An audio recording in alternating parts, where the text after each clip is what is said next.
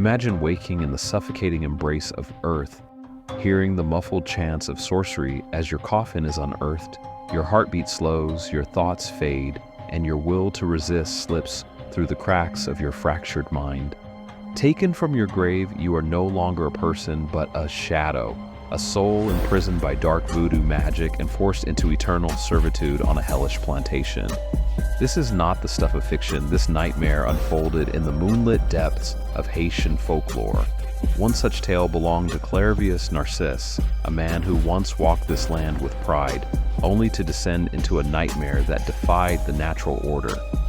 It began in 1962, a humid April evening that carried the scent of despair.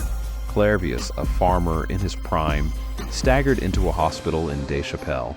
His body burned with fever, and his limbs felt heavy as though the earth itself sought to claim him. Despite the efforts of the American doctors, the illness overtook him. His shallow breath slowed, his heart quieted, and soon after he was pronounced dead. Villagers gathered to mourn as his family prepared his body. The grave was dug, the coffin sealed, and Clervius was laid to rest beneath the Haitian sun. But beneath the earth, darkness stirred. Clervius Narcisse was not at peace. He later recounted how his consciousness clung to the moments after his death. Paralyzed, powerless, he was trapped inside his own body, listening as dirt rained down upon his coffin. The weight of the world above him should have been his final embrace, but it was not to be. Days after his burial, the Boker came. These voodoo sorcerers were feared throughout Haiti, wielding powers to breach the veil between life and death. Clervius's coffin was exhumed under the cover of night, his lifeless form pulled from the earth. The Boker smeared his skin with a foul paste crafted from the infamous datura plant, known locally as zombie cucumber. Its toxins fogged his mind, erasing his identity and bound his will to the sorcerer's desires. When Clervius opened his eyes, he was no longer a man but a shell, a pawn in a macabre game. The Boker dragged him to a distant sugar plantation where he joined others like him, the living dead, forced to toil endlessly under the scorching sun. Their hollow eyes reflected no spark of defiance, only a bleak void. They were workers without a soul, slaves to a sorcerer's whim. For 2 years, Clervius endured this torment, his memory scattered like ash in the wind. The other zombies shuffled beside him, their silence more chilling than any scream.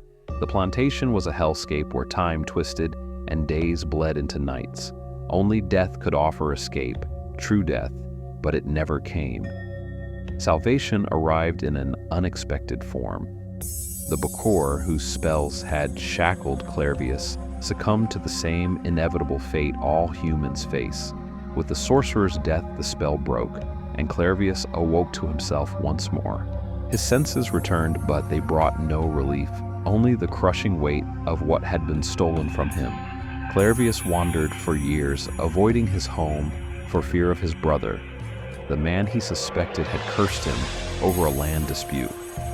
Haiti's countryside became both his refuge and his prison, a place where the spirits of the dead whispered warnings in the wind.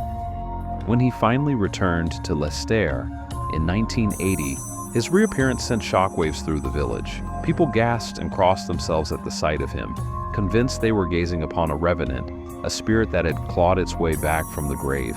But Clervius was no ghost. He was flesh and bone, a man whose story defied reason.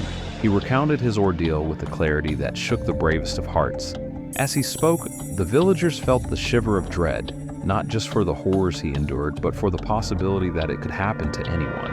The tale of Clervius Narcisse isn't just a story of one man's suffering. It is a legend that embodies the fears and mysteries of Haitian culture. To this day, his case is one of the most well-documented examples of zombification, bridging the realms of folklore, science, and the supernatural. Scientists have debated the role of neurotoxins like tetrodotoxin, found in pufferfish, and hallucinogenic plants like datura in inducing the state. But even science cannot fully explain the depth of Haitian belief in the power of voodoo and the ancient spirits that walk among them. In the quiet nights of Lestaire, When the moon is high and the winds whisper through the trees, the villagers still speak of Clairvios Narcisse. His tale is a warning, a reminder that some doors, once opened, can never be closed. The tale of Clairvios Narcisse reminds us of the terrifying power of belief and the vulnerability of the human spirit. It serves as a cautionary echo of Haiti's past, where slavery and oppression dehumanized individuals. But it also underscores resilience. Clairvios's ultimate escape from zombification teaches that even in the darkest depths, the spark of humanity can endure.